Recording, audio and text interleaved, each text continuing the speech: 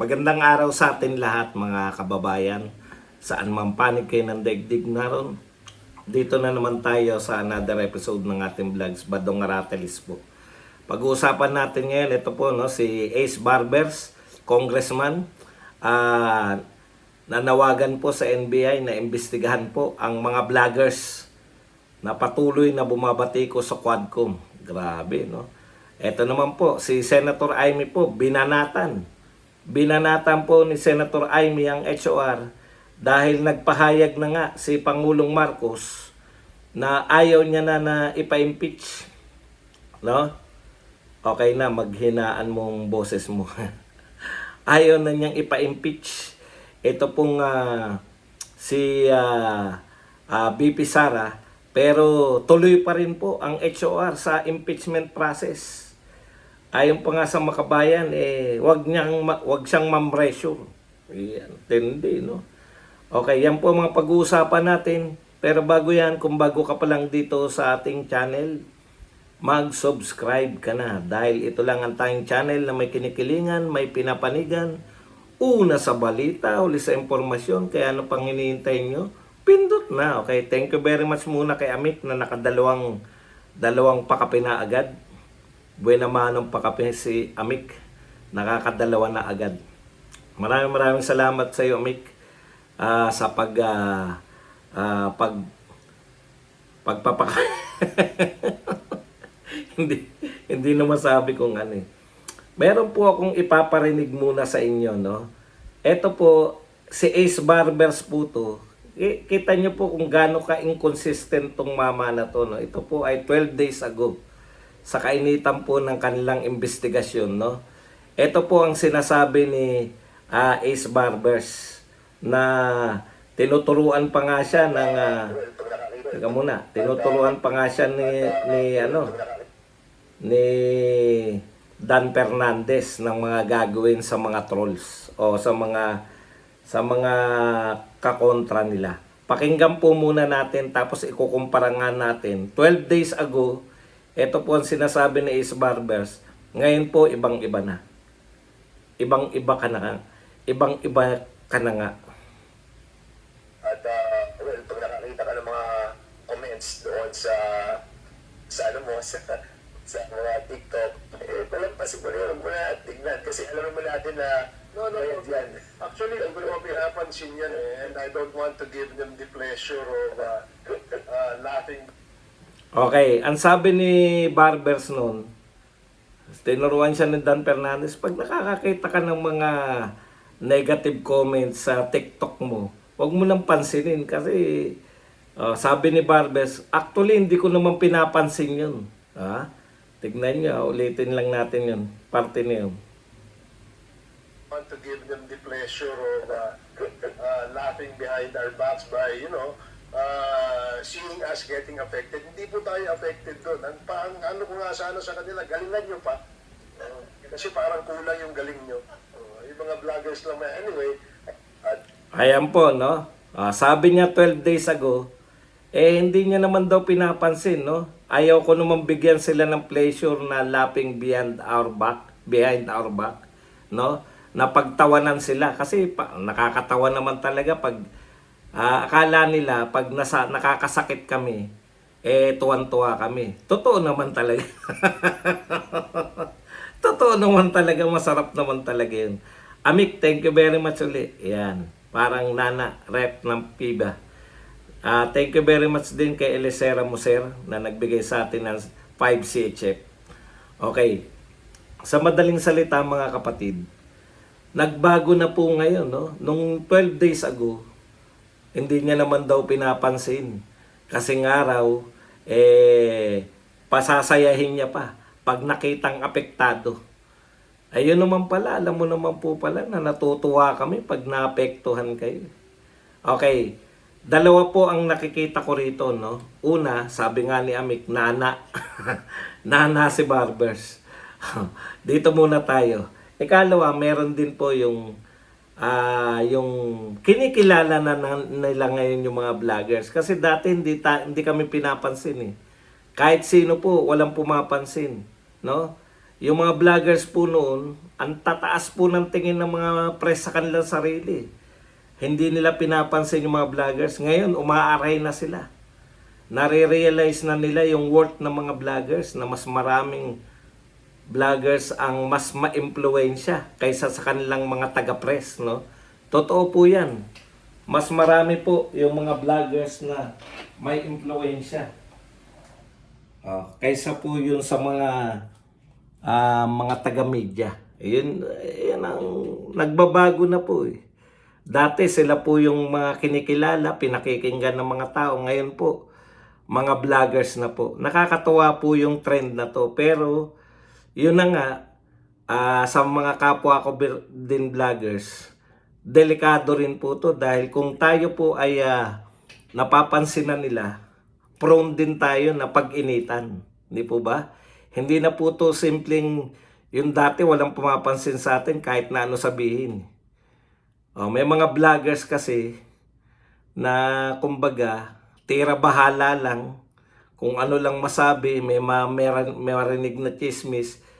Alam niyo po, ayan, tignan niyo yung balita ni Barbers ngayon. NBI urge to probe vloggers funded by Pogos drug traders. Okay, una muna, dito muna tayo kay Barbers, no? Alam mo, Congressman Barbers, maganda na yung sinabi mo nung una eh.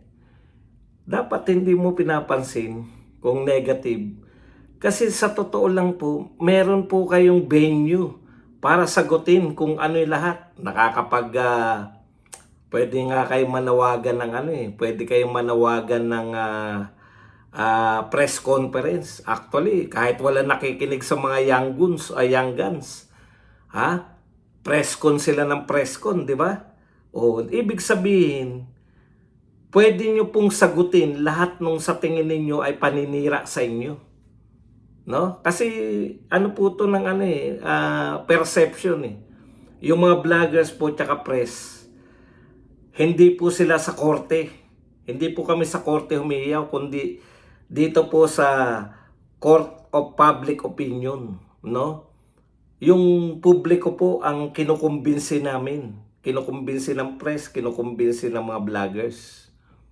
Ano po ang ibig kong sabihin? Ang ibig kong sabihin, kung meron naman kayong chance na ipagtanggol yung sarili nyo sa publiko, bakit nyo po ipa-iimbestigahan? Wala naman po mali dyan sa ginagawa nyo. Karapatan nyo rin yan.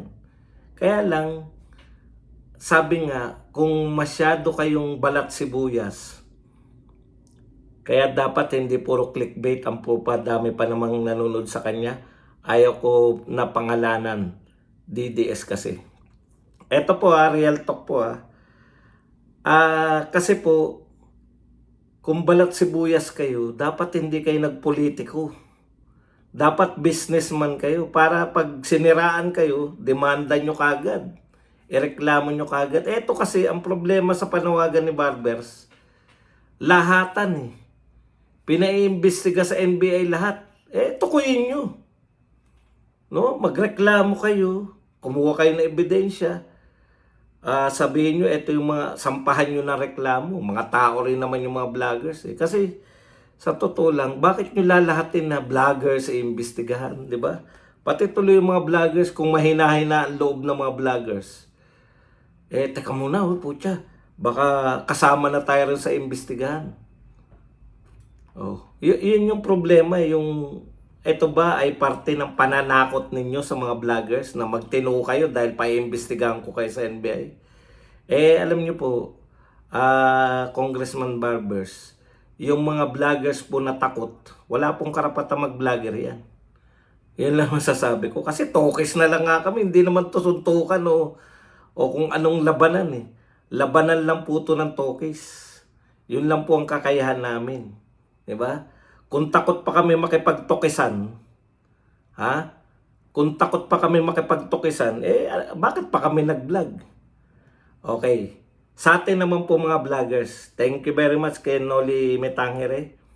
Ba't pupunahin natin ang clickbait? Sagutin nila ang clickbait, wag silang parang nana. Yun nga eh. Di ba? Hindi, halimbawa, fake news talaga. Fake news talaga. O di ba? Di, pwede ka naman manawagan eh. May pupunta naman sa presko nyo. Nakita nyo yung Young Guns? Laging may pumupunta sa Young Guns. Tuwing mananawagan sila, alam nyo naman kung ano lang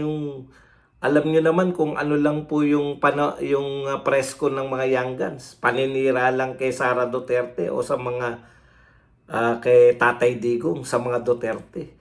Pero pupunta pa rin yung press. Ibig ko sabihin, dapat i-reserve na lang natin yan, no, as public figure, at ikaw po ay congressman, meron ka naman pong chance na linisin yung pangalan mo. Di ba? Alam ko kung saan nasaktan yan eh. Yung di umano ay pagdadawit sa pamilya niya. O, di ba? Kasi before that, pinagtatawanan lang, baliwala lang sa kanya. Ngayon, papa-NBI na niya. Ang masakit nun, inuutusan mo pa lang, may akusasyon ka na. Ayan, sabi NBI urge to probe vloggers funded by Pogos. Diyos ko. Sigurado ba kayo tumitira sa inyo, funded ng Pogo at drug traders? Karamihan po sa mga Duterte vloggers, anti-drugs eh. Bakit naman kami tatanggap ng pera mula sa drugs? Diba? Napaka-imposible. Okay. Ngayon, eto po. Isa pa, sa mga vloggers naman. Okay. Nung una, dahil walang pumapansin sa atin, kahit na ano pwede natin sabihin, no? Para alam po ng lahat. Ngayon po, iba na po ang sitwasyon. Nasasaktan na sila. Masakit na po yung mga banat natin, no? Kaya ito naman po ang payo ko sa mga vloggers bilang isa sa mga elders, literal, no?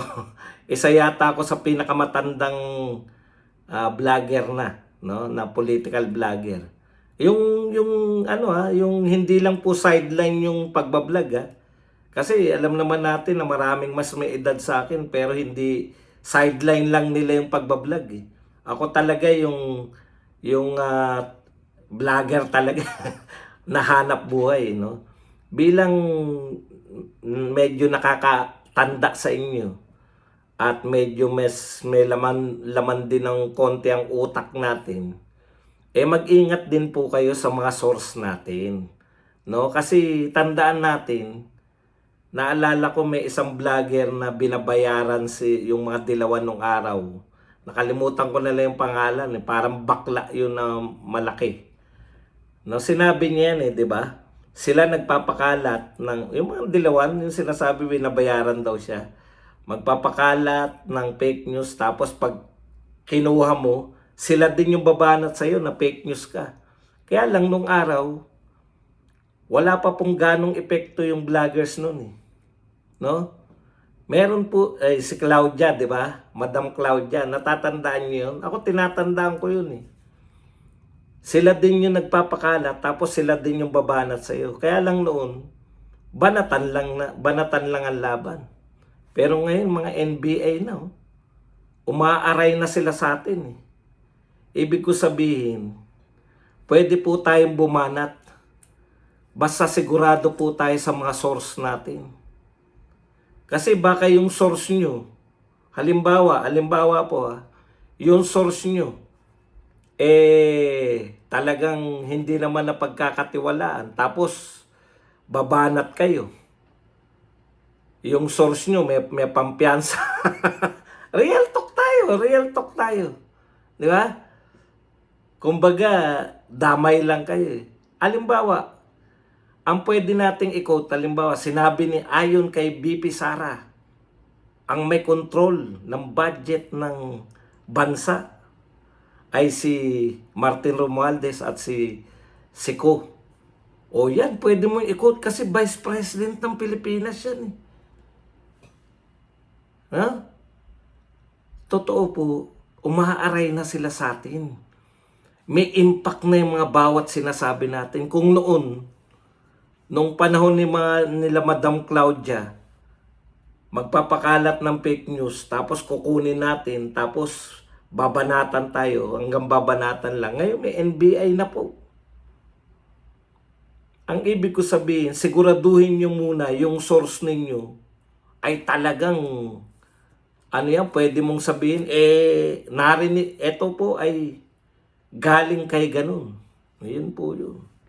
Kasi mahirap din po kahit sabihin natin, talagang hindi maiwasan na magiging badge of honor natin balang araw yan pagka tayo ay dinimanda ng mga cyber libel, di ba?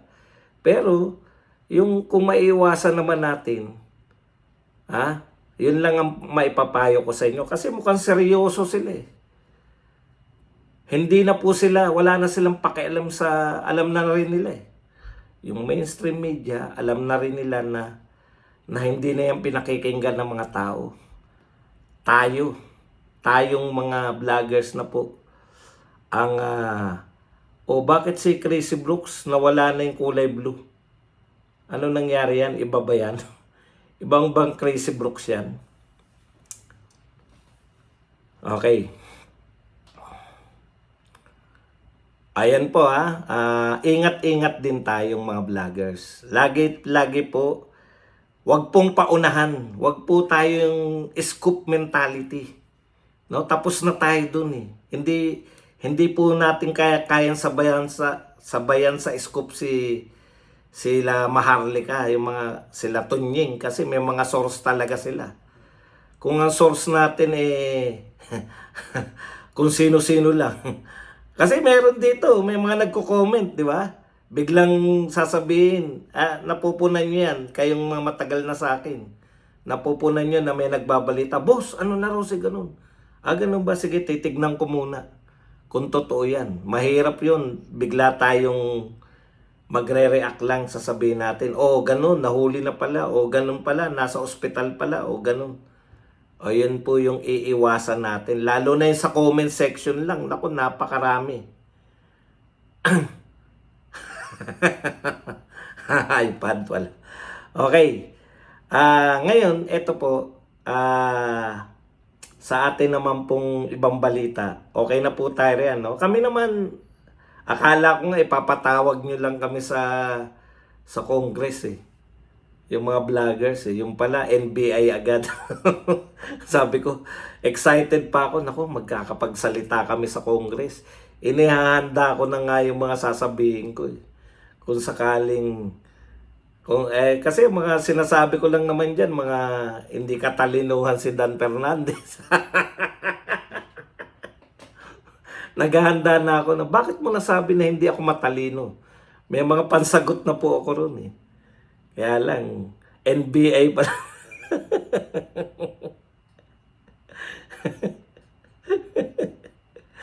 Excited talaga ako. Alam nyo naman, kahit pa paano eh.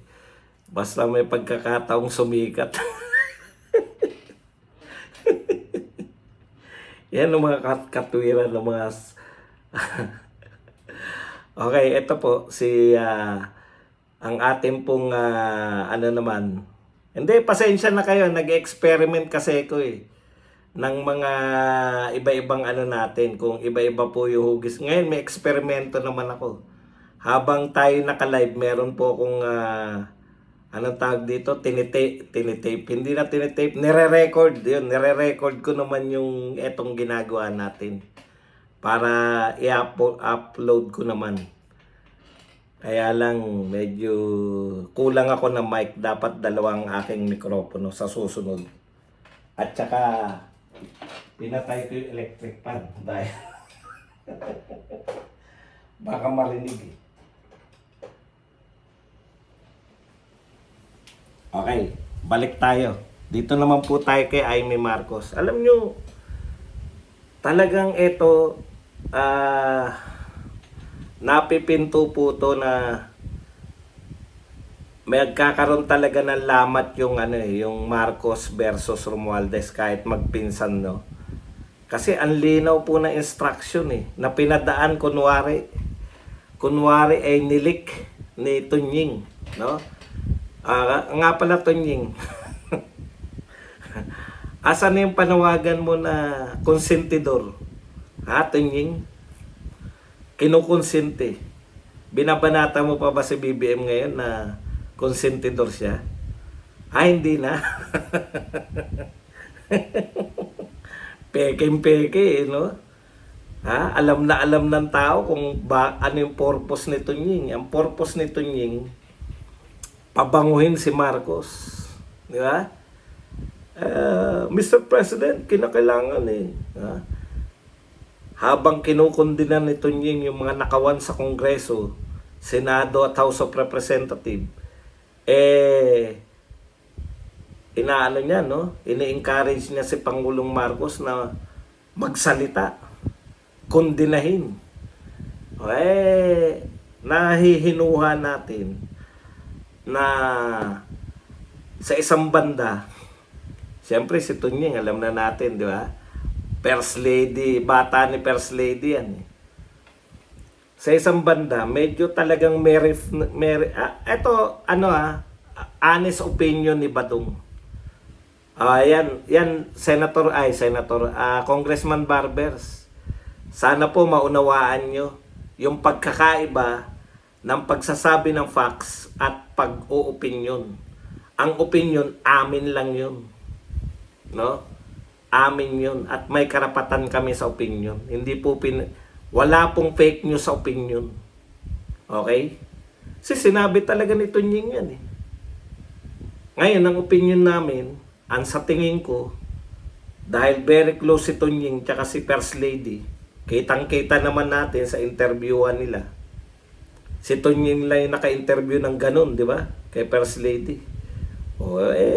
Ang tansya ko, mukhang para makasurvive ng 6 years si BBM, kinakailangan niya, ang isa sa nakikita nila, ilaglag nila si Martin. Bakit? Putya, kahit papano bibilib ako kahit oposisyon ako. Oposisyon na tayo di ba? Tayong tunay na oposisyon, hindi yung katarantaduan ni Risa Ontiveros na sila daw ang oposisyon. Sa lahat ng oposisyon, kayo ang walang inopose. Okay. Sa totoo lang, yung tono nung kay Tunying, ilaglag niya si Romualdez para mahalin pa rin tayo ng tao. To survive. Survival eh. Pero eto nakikita ko para makasurvive si Marcos, kinakailangan niya ilaglag yung pinsan niya. Pero yung pinsan niya naman, yan nga, di ba? Huwag mo i-impeach. Kasi alam na ni Marcos yan eh. Napagdaanan na ng pamilya nila yan eh. Takot si Marcos sa multo ng EDSA.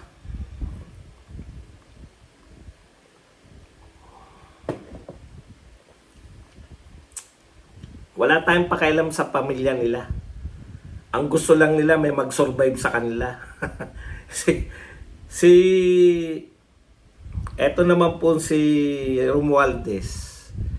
Pag hindi niya po na-impeach si BP Sara, wala po lahat to. Wala yung mga ayu-ayuda na yan. Hindi po rin siya mananalo. Yun yung paulit-ulit si BP Sara. Hindi maunawaan ni Martin na hindi siya mananalo bilang presidente. Yun ang hindi kayang arokin ng isang... yan yung problema pagka ang tinatakbuhan mo lang hanggang congressman lang. Kasi kampante ka mananalo ka lagi sa pagiging congressman. Hindi mo maranasan tumakbo na national level, mag-senador man lang. Kaya wala pa po nananalo na Speaker of the House eh.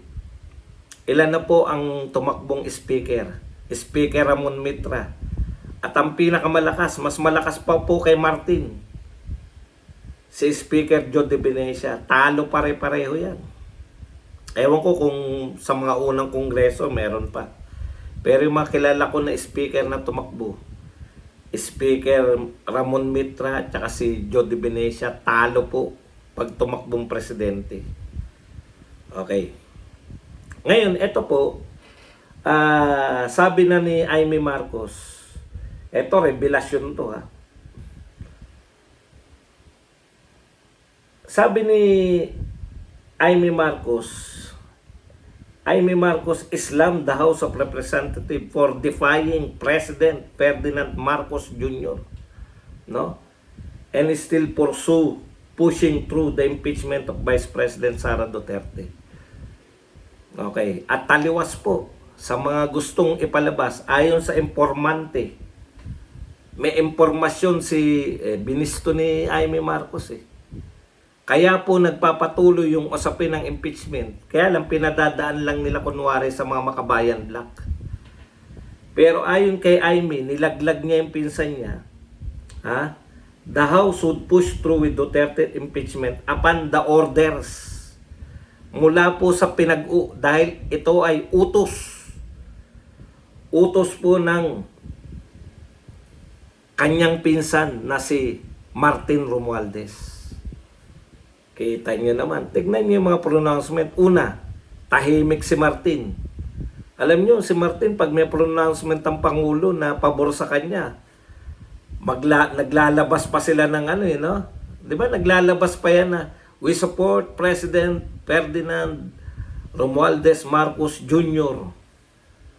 Di ba? Meron pa silang statement of support. No? May statement of support pa sila eh. Pero ngayon po, wala. Tahimik si Martin. Tapos yung mga atakdog niya sa pangunguna ni Franz Castro, nagtakda na. December, isusulong na nila impeachment. Pangungunahan ng Makabayan Black.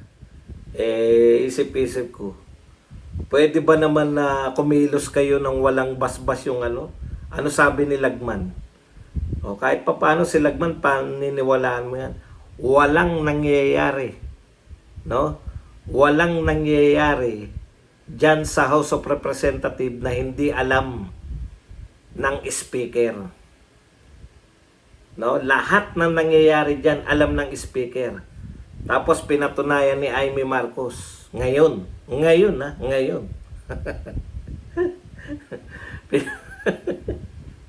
Naalala ko si Abalos. Abalos, kumusta na mga billboard natin? Wala na ba? May pondo pa ba, Abalos?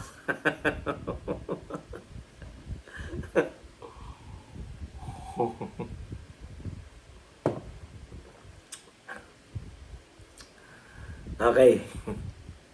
Ayon kay Abalos, sabi nga ay Abalos tuloy. Ayon kay kay Amy Marcos, ito ay inutos ni Martin yung pagpapatuloy. Kaya expect natin na magkakawatak-watak ang termino nga ni Marcos eh. Magiging Luzon versus Visayas at Mindanao. Grabe. Baka literal na magkawatak-watak ang Pilipinas. Nagulat ako kay kay Kapitan Dado, sabi niya, pagka ginalaw nyo si BP Sara, hihiwalay ang Mindanao. Taga Mindanao ba yan si Dado? hindi ko alam.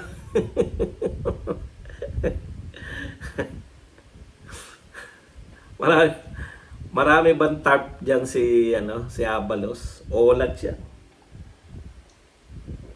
Sabi pa ni Amy, talagang itutuloy. Hindi ba yun ang sinabi nila? Itutuloy nila tungkulin at responsibilidad, pangasiwaan ng bawat impeachment complaint. So, klaro na itutuloy. Iyan po ang pahayag ni Amy Marcos sa DWIC. O, itutuloy po. Maganda-handa na tayo. Kaya mahaba-habang laban pa to. No? Mahaba-habang laban patong impeachment na to. Malaki-laki pakikitain ng mga DDS vlogger. Alam mo, kayong mga BBM vloggers, ang titindi ng mga vloggers na to, naroon, nagbibideo, harap-harapan, ano na ba? Taggutom na ba? Taggutom.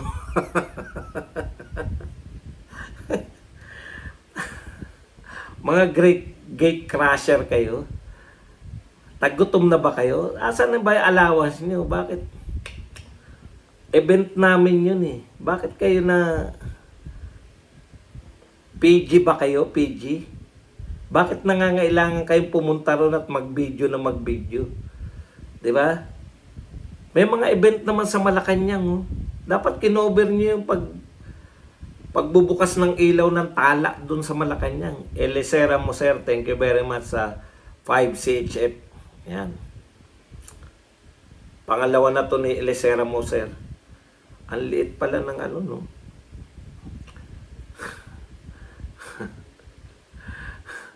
Hayaan nyo na. Hayaan nyo na sa mga Duterte vloggers yung EDSA. Makakapal masyado hiya nyo eh. Sininyo nga, hindi na nagpupunta eh. Nakakaawa yung mga vlogger. No? Kung ang pinakamatalino nyo na sininyo, ano ng klaseng utak yung meron yung mga vlogger na yan? Kung matuloy ang impeachment yan, hindi lang parti-partido, hindi kaalyado, hindi lang politika, kundi talagang winawatak-watak mo ang buong kapuluan. Yan po ang sabi ni Amy sa kanyang pinsan, no? Gusto niyo na mawarak. Warak na warak. Naalala ko na naman yung warak na warak ni Doki. Parang wetbox yung winarak niyo na kami. Warak na kami. Okay, ano pa ba?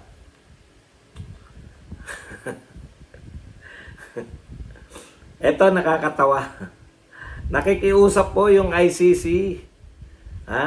International Criminal Court is calling on individuals who have knowledge about the crimes committed in Philippines during former President Rodrigo Duterte bloody war on drugs to submit them any information on the anti-drug campaign. Akala ko ba konti? Akala ko ba konti?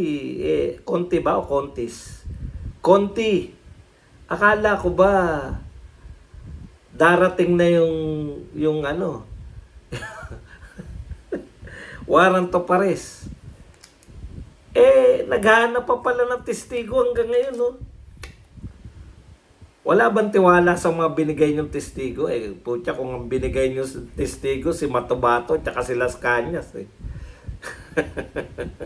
Dito lang, hindi na naniniwala mga tao. Si Las Cañas, lahat, parte siya. Lahat ng mga naganap ng mga ano rito. Pahiya yan eh. Saan ba napahiya yan? Kay Wilkins ba? Wilkins Villanueva. Sabi niya, hindi naman parte si Las Cañas nung mga operasyon namin eh. Sabi nga ni Tatay Digong, yung Superman na tendency na kala mo kasama siya sa lahat ng mga operasyon. O kaya naghahanap yung ICC. Kala ko ba lalabas na yung wala pa palang testigo. Paano yung mga testigo dati? Hindi ka panipaniwala. Kawawa naman.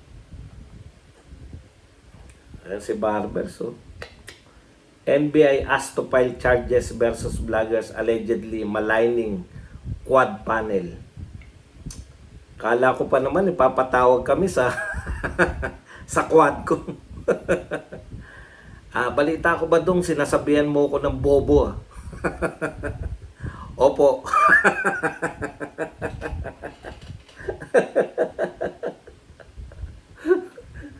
Ang sarap sana. Eto po. Naku, ang tindi talaga nitong mga Makabayan Black. Sabi ng Makabayan Black, the President's public pronouncement against impeachment proceedings represent undue executive interference in legislative affairs. Tindi. Mr. President, ano gagawin mo? Yes or no lang dyan, di ba? Opo, hindi po. Pinapractice ko na pag tinanong ako. Paano mo nasabi na bobo ako? Opo. Niloko mo ba ako? Sabi nyo, yes or no lang.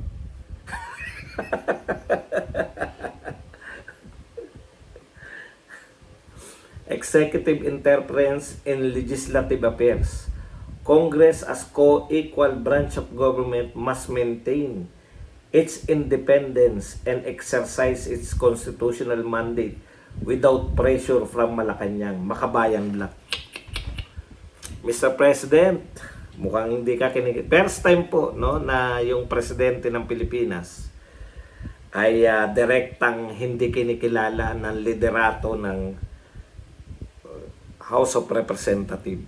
Maaaring pinadaan ni Martin sa mga Makabayan Black, pero hindi po kikilos yan eh.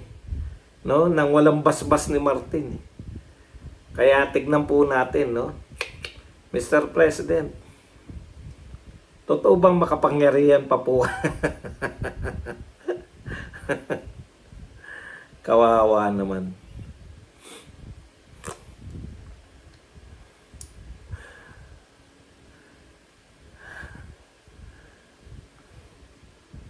Hindi naman si Barbers yung sinasabihan kong buo. Wala akong sinasabi kay Barbers actually. Hindi kasi siya masarap tirahin.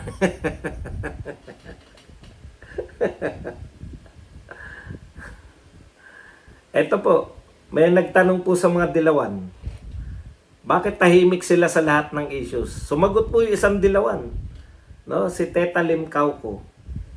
Sabi niya, Lim Kangko, our stand about BBM never change. Talaga? Talaga ba? Nakapila sa pakain.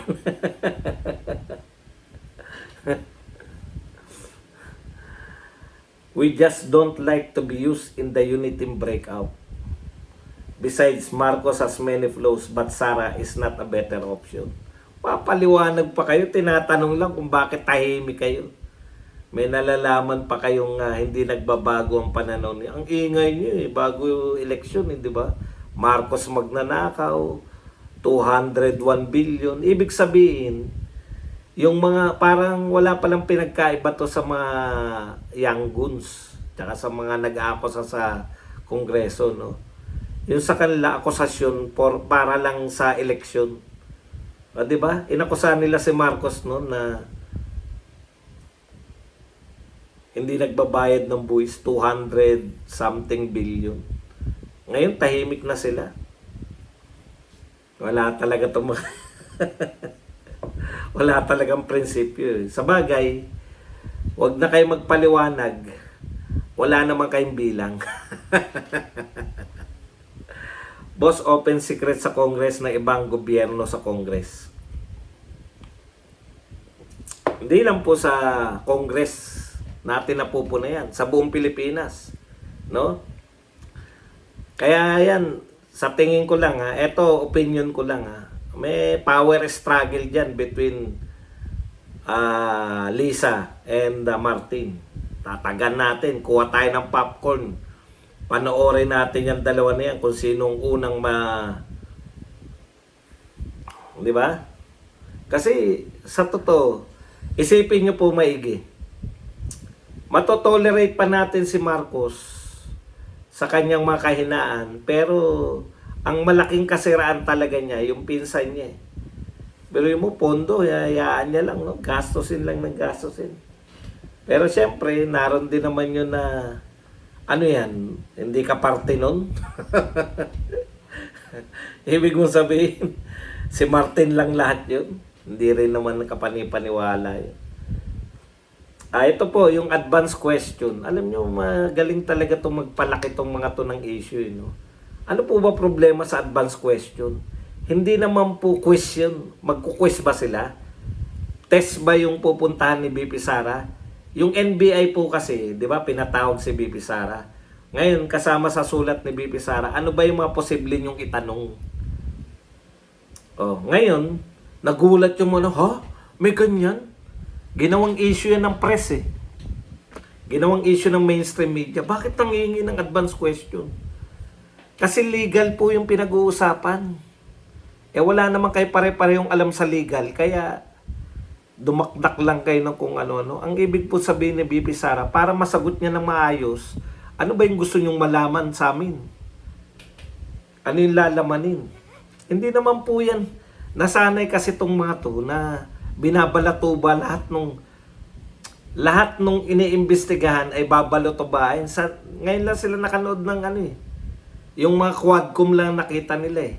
na pagka ayaw ng congressman na sagot, ko-contempt. Hindi po ganun ang investigasyon. Ang investigasyon po, paano niya ako sisigawan? Yes nga ako na yes. Ang investigasyon po, gusto nilang malaman yung katotohanan. Bakit daw nanghihingi ng tanong? Ano naman kung manghingi ng tanong? Normal yun. Di ba? Hindi naman po yan test. Third quarter po. Finals ba yan? Finals exam na dapat hindi tinatanong. Legality po eh. Legality po yan. Pinadaan po yan sa abogado. Abogado po yung mga taga-NBI. Huwag po kayo makialam. Kung hindi kayo abogado, manood tayo lahat at na matuto tayo pare-pareho. Bakit nyo ako nakasyung bit nang hihingi ng ano? Natural. O, yan lang po ang ating topic. Pwede na po tayo magtanong. Pwede